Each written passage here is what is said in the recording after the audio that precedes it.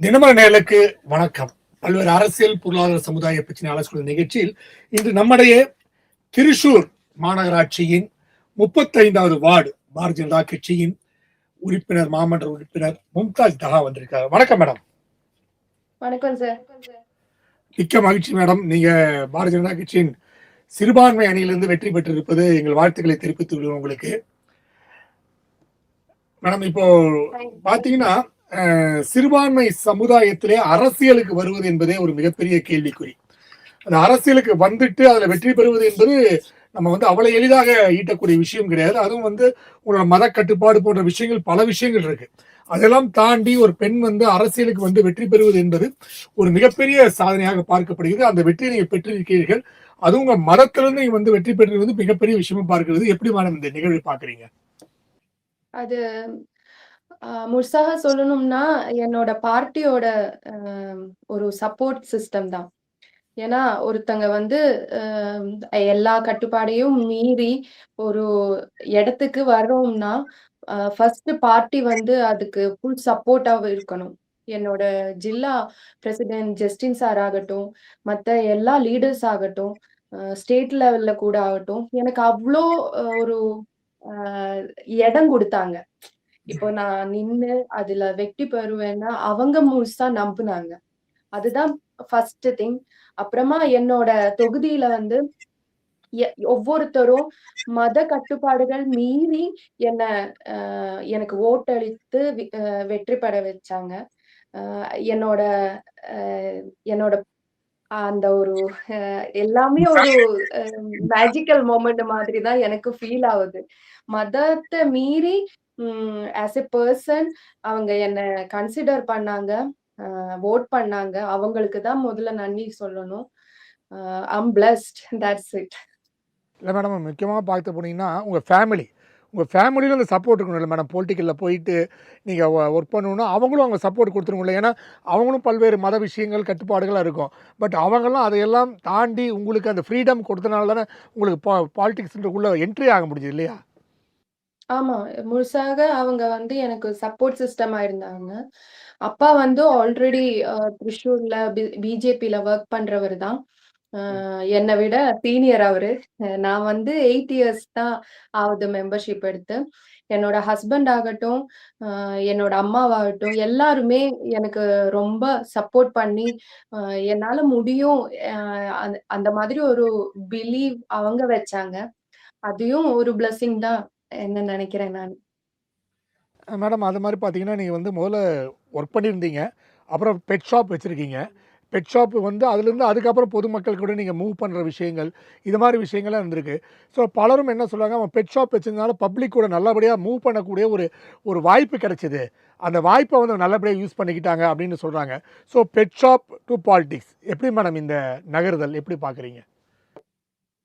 ஒரு கிட்டத்தட்ட 4 வருஷமா இந்த ஒரு பிசினஸ் லெவல்ல இருக்கேன் நானு. எனக்கு ஃபர்ஸ்ட் திங், நான் பிசினஸ்ல இருக்கும்போது டைரக்ட் கஸ்டமர் ரிலேஷன்ஷிப்ல இருப்பேன். நான் தான் கால்ஸ் எல்லாம் அட்டெண்ட் பண்ணுவேன். பிசினஸ கம்ப்ளீட்டா நான் தான் கண்ட்ரோல் பண்றேன். ஸோ எவ்ரி கஸ்டமர்ஸ் அவங்களோட ஒவ்வொரு ஒப்பீனியன் ஆகட்டும் என்கிட்ட தான் ஷேர் பண்ணுவாங்க. அதனால எனக்கு கொஞ்சம் லிசனர்ஸ் பவர் ஜாஸ்தின்னு நினைக்கிறேன் நானு. அது இதுல ரொம்ப ஹெல்ப்ஃபுல்லா இருந்தது. அதுக்கப்புறம் ஒரு 7 மந்த்ஸ் பிஃபோர் நான் ஒரு டீ ஷாப் ஆரம்பிச்சேன். அதுலயும் கம்யூனிகேஷன் லெவல்ல என்னோட அந்த ஒரு இடத்துல இருக்கிற எல்லார் கூடயும் ரொம்ப ஜெல் ஆகுறதுக்கு எனக்கு வாய்ப்பு கிடைச்சது. பிசினஸ் ஒரு மீடியம். இந்த ஆளுகள் கிட்ட போய் சேர்றதுக்கு ஒரு மீடியமா இருந்தது எனக்கு. மேடம், இந்த 6 இயர்ஸ்ல பாலிடிக்ஸ் வந்திருக்கீங்க. நான் பல விஷயம் இந்த மாத்ருபூமி எல்லாம் படித்து பார்த்ததுல நீங்கள் ஒரு 6 இயர்ஸாக தான் பாலிடிக்ஸ்குள்ளே 8 இயர்ஸாக தான் பாலிடிக்ஸில் வந்திருக்கீங்க. திடீர்னு இந்த பாலிடிக்ஸில் என்ன இன்ட்ரெஸ்ட்? ஒருவேளை உங்கள் ஹஸ்பண்ட், உங்கள் ஃபாதர் இவங்கெல்லாம் பாலிடிக்ஸ் இருந்ததுனால அந்த இன்ட்ரெஸ்ட் மூலமாக நீங்கள் வந்தீங்களா? அதுல ஒரு சின்ன திருப்பம் இருக்கு. பிகாஸ் நான் சின்ன வயசுல இருந்தே ஜெயாமாவோட தீவிர ரசிகை. கட்சி கிடையாது. கட்சிய விட அவங்கள ரொம்ப விரும்புற ஒரு பெர்சன் நானு. அதுல நெறைய கிரிட்டிசிசம் கூட ஃபேஸ் பண்ணியிருக்கேன். ஸ்கூல் லெவல்ல எல்லாம் யாராவது உங்களுக்கு ரோல் மாடல் இருக்கான்னு கேட்கும்போது, நான் அம்மா பேரு தான் சொல்லுவேன். அது வந்து எனக்கு அவங்க அரசியல்னா நானும் என்னோட அப்பாவும் தான் வீட்ல பேசுவோம். அது சின்ன வயசுல இருந்தே அவர் அரசியல் பேசும்போது எனக்கு வந்து அ அதுகிட்ட ஒரு கனெக்ஷன் உருவாயிடுச்சு. அதுக்கப்புறமா அம்மாவோட ஒரு இன்ஃப்ளூயன்ஸ் கூட அரசியலுக்கு வந்து ஒரு பப்ளிக் சர்வீஸ்க்குள்ள வருவேன்னு நான் அன்னைக்கு நிச்சயமா நெனச்சு கூட பார்த்தது கிடையாது. இன்ஸ்பிரேஷன் அங்க இருக்கு. என்னோட அப்பாவும் அ அதுக்கு ஒரு எனக்கு அரசியலுக்கு வர்றதுக்கு ஒரு கனெக்ஷன் குடுத்தாரு. மேடம் நீங்க இன்னொரு விஷயம் என்னன்னா, நீங்க வேற ஏதாவது கட்சியில நீங்க வெற்றி பெற்றிருந்தீங்கன்னா, நம்ம இந்த கேள்வியில கேட்க வேண்டாம். இது வந்து ஒரு இந்துத்துவா கட்சின்னு வெளிய சொல்லப்படக்கூடிய விஷயம். அதுவும் இல்லாம இந்துக்களுக்கு மட்டும் தான் இந்த கட்சி என்று வெளிய பிரகடனப்படுத்தப்படுகிறது. குறிப்பா உங்க மாநிலத்தில இருந்தாலும் சரி, எங்க தமிழகத்தில இருந்தாலும் சரி, குறிப்பா வந்து இஸ்லாமியர்கள் அதிகமாக இந்த கட்சியை ஏற்றுக்கொள்ளவில்லை அப்படின்ற குற்றச்சாட்டு தொடர்ந்து இருந்து கொண்டே இருக்கிறது. அப்படி இந்துத்துவா பேசக்கூடிய கட்சி, வலதுசாரியான கட்சி, இஸ்லாமியர்களுக்கு எதிரான கட்சி என்று சொல்ல கட்சியில நீங்க ஒரு இஸ்லாமியர் வந்து ஜெயிச்சிருக்கீங்க. இத எப்படி பார்க்குறீங்க மேடம் நீங்க? 8 இயர்ஸ் பிஃபோர் சென்னையில வந்து அ அட்வொகேட் புகழேந்தி, அவரோட சிஸ்டர் லட்சுமி பரமேஷ் இவங்க 2 பேரும் தான் எனக்கு வந்து மெம்பர்ஷிப் எடுக்கிறதுக்கும், வொர்க் பண்றதுக்கும் நான் கேப்பபிள்னு யோசிச்சு என்ன பாஜகல உறுப்பினரா சேர்த்தாங்க.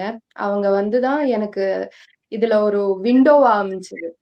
அ அவங்க வந்து ஃபர்ஸ்ட் என்கிட்ட பார்த்த ஒரு குவாலிட்டி வந்து, ம் இந்த ஒரு மதத்த சார்ந்தது கிடையாது.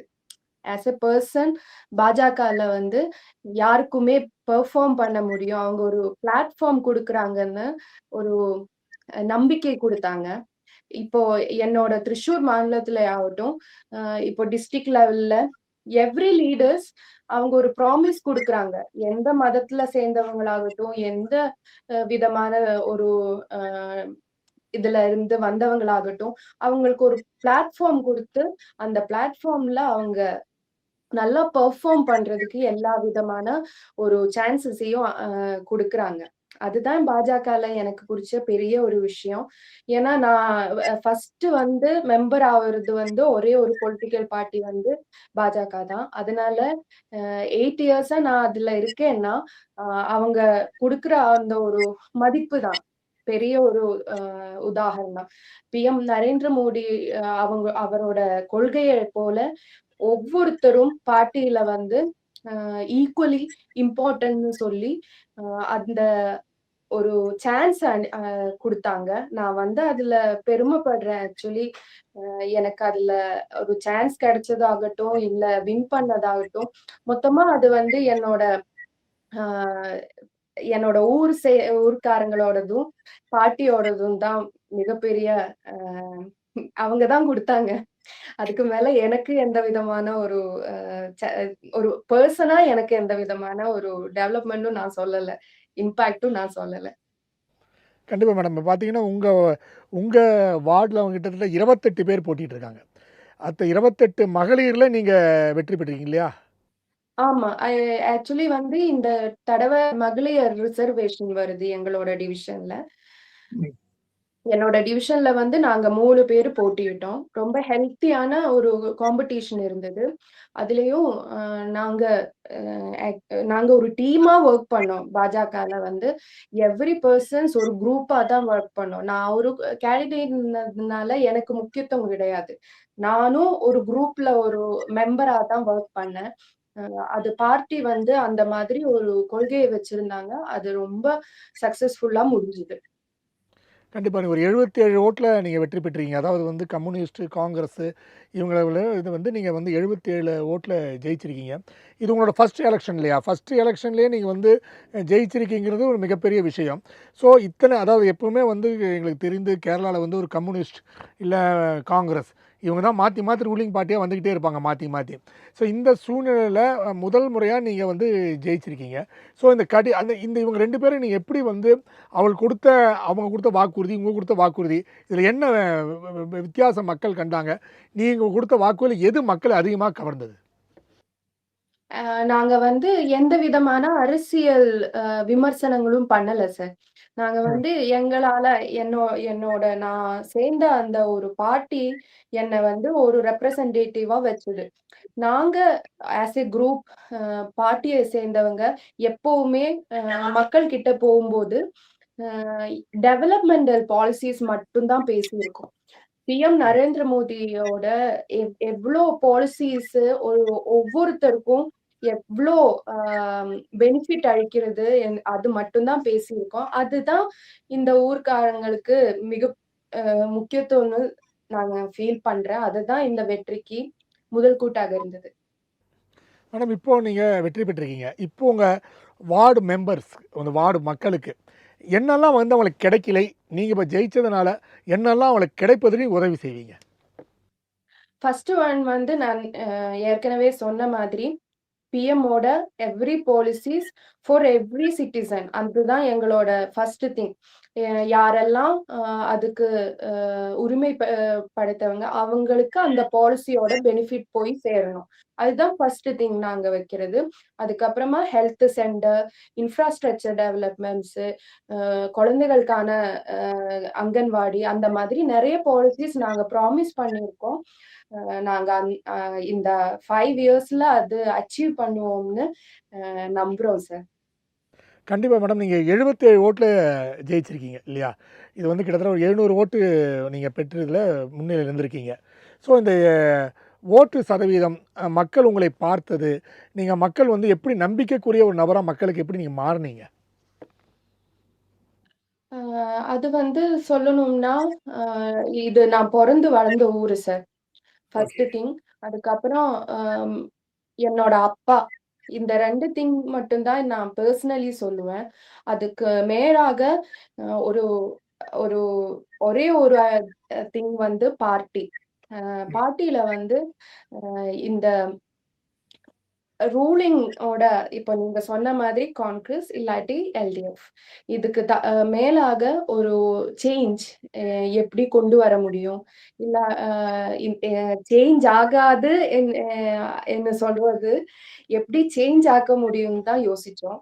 அ அதுக்காக ரொம்ப சிரமப்பட்டு ஒரு 4, 5 ரவுண்ட்ஸ் நான் மக்கள மீட் பண்ணியிருக்கேன். ஃபர்ஸ்ட் ரவுண்ட்ல வந்து நாங்க எப்பவுமே அவங்களுக்கு என்ன வேணும்னு தான் கேட்டிருக்கோம்.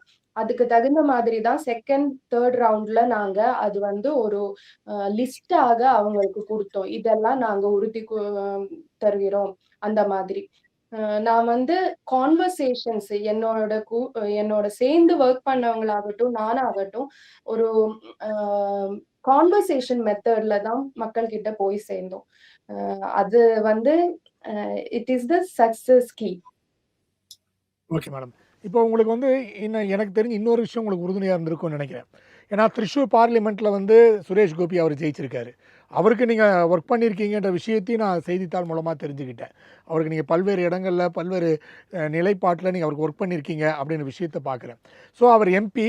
ஸோ அதுக்கு கீழ வர ஒரு கவுன்சிலர் அப்படின்னும்போது, உங்களுக்கு வந்து அவர் செய்த சாதனைகள், அது போன்ற விஷயங்கள் அவர் தொகுதிக்கு செய்த விஷயங்கள், இதெல்லாம் கூட உங்களுக்கு ஹெல்ப்ஃபுல்லா இருந்திருக்கும். ஏன்னா, நீங்க பாலிடிக்ஸ்ல வந்து அவருக்கு ஹெல்ப் பண்ணி, அவர் தேர்தல் பிரச்சாரத்தில ஈடுபட்டனால, அது உங்களுக்கு இன்னும் மிகப்பெரிய ஒரு மைல்கல்லா இருந்திருக்கும்ல. அத எப்படி மேடம் பார்க்குறீங்க? ஆக்சுவலி நான் வந்து ஃபர்ஸ்ட்டு ஒரு லைவ் பார்ட்டி மெம்பரா வந்து அ மக்கள் கிட்ட போறது எஸ்ஜியோட சுரேஷ் கோபி சாரோட பிரச்சாரணத்துக்கு தான். நான் ஒரு 1 மந்த் கன்டினியூஸா அவரோட பரியணத்துல பார்ட்டிசிபேட் பண்ணேன் சார். அ அவரு அச்சீவ் பண்ணதும், அவரோட அந்த முன்னோக்க பார்வை இருக்கு. அது வந்து எங்களுக்கு வந்து ஃபர்ஸ்ட்டு அது ஒரு உறுதுணையாக தான் இருந்தது. அது வந்து எப்படி அ நல்ல அ யூஸ் பண்ணலாம்னு நாங்க யோசிச்சோம். அ அதனாலேயே அவர் 2 வாட்டி எனக்காக வந்து விசிட் பண்ணாரு எங்க ஊர்ல. அது எனக்கு ரொம்ப பெரிய பிளஸ் பாயிண்ட். அ அது மட்டும் இல்ல, இஃப் வி வின் நாங்க அ ஜெயிச்சுட்டோம்னா, அவரோட பாலிசிஸ் எப்படி மக்கள் கிட்ட கொண்டு போய் சேர்க்கலாம்னு நாங்க மக்கள் கிட்ட டைரக்ட்டா கம்யூனிகேட் கூட பண்ணோம்.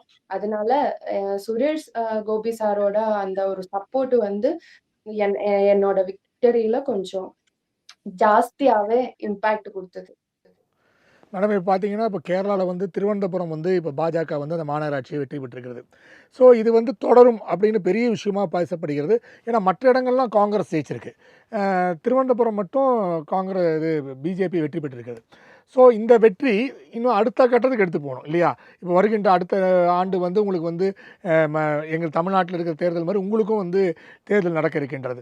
ஸோ அந்த சட்டசபை தேர்தல் போன்ற விஷயங்கள் எல்லாம் இந்த வெற்றி, உங்களோட வெற்றி, அதுக்கப்புறம் திருவனந்தபுரம் மாநகராட்சி வெற்றி, சுரேஷ் கோபியோட வெற்றி, இதெல்லாம் எப்படி அது எப்படி வழிவகுக்கும்னு நினைக்கிறீங்க அடுத்த தேர்தல்ல? இ இந்த தேர்தல்லயே அந்த ஒரு டிஃபரன்ஸ் காமிச்சது சார். ஆக்சுவலி நாம இப்ப பார்த்தோம்னா, வோட் ரேஷியோ என்டிஏக்கு வந்து ரொம்ப ஜாஸ்தி ஆயிருக்கு. Most of the places NDA வந்து 2ண்ட் பொசிஷன்ல வோட்டிங் ரேஷியோல இருக்கு. இது வந்து ஒரு மாற்றம்.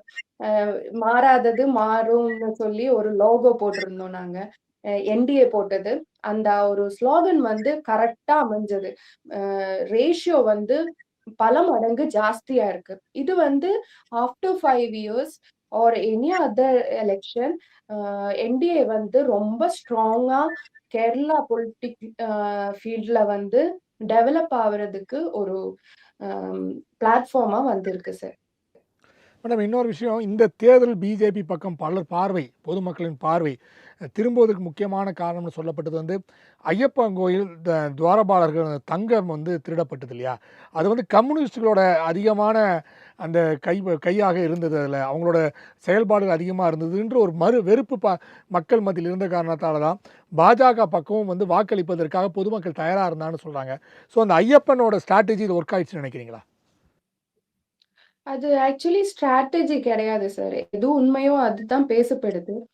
ஆம், நெறைய திங்ஸ் வந்து நெறைய ஒரு விஷன்ஸ் வந்து பேசப்பட்டது. பாஜக வந்து அது மட்டும் ஃபோக்கஸ் பண்ணல. அ அதையும் சேர்த்து ஃபோக்கஸ் பண்ணாங்க. அவ்வளவுதான். Okay madam. இப்போ நீங்க சரி இப்போ எனக்கு கடைசியா ஒரு கேள்வி. நீங்க வந்து இவ்வளவு தூய தமிழ்ல பேசுறீங்க. நாங்க ஃபர்ஸ்ட்டு நாங்க நினைக்கும்போது சரி இவங்க மலையாளம் தான் பேசுவாங்க போட்டுருக்கு அப்படின்னு நாங்க யோசிச்சுட்டு இருந்தோம். நீங்க தூய தமிழ்ல பேசுறீங்க. இதுக்கு என்ன காரணம்? தூய தமிழ்ன்னு நான் நெனைக்கல. கொஞ்சம் அங்கேயும் இங்கேயும் விடுற மாதிரி தான் இருக்கு. என் அப்பா தாய்மொழி தமிழ். ஓ! ரத்தத்திலேயே ஊறிருக்கு போல. தமிழ் அவ்ளோ புடிக்கும். சின்ன வயசுல இருந்தே அந்த தமிழ் கத்துக்கணும்னு ஒரு ஆசை இருந்துட்டே இருக்கு. இப்பவும் நான் கரெக்ட்டா பேசுறேன்னு எனக்கு தெரியாது. ஆனா, நீங்க வாய்ப்பு குடுத்ததுல ரொம்ப மகிழ்ச்சி சார். நன்றி மேடம். அதாவது நம்ம சொல்ற விஷயம் மக்களுக்கு கன்வே ஆனா போதும். நம்ம வந்து தமிழ் பேசுறோமோ இல்ல, மக்களுக்கு நம்ம பேசுற விஷயம் கன்வே ஆனாலே போதும். அதே வந்து நம்ம மக்களிடம் சென்று அடைந்ததா முக்கியமான விஷயம் பார்க்கப்படுது. உங்க நேரத்தை ஒதுக்கி எங்களுக்கு பேட்டி அளித்தது மிக்க மகிழ்ச்சி. நன்றி மேடம். எனக்கு இந்த ஒரு வாய்ப்பு குடுத்த உங்க மீடியாவுக்கு, தினமலருக்கு நான் என்னோட மனதான நன்றிய தெரிவிக்கிறேன் sir. Thank you so much. Thank you madam. நேரிலே மீண்டும் அடுத்த நிகழ்ச்சியில் சந்திப்போம். அதுவரை நன்றி. வணக்கம்.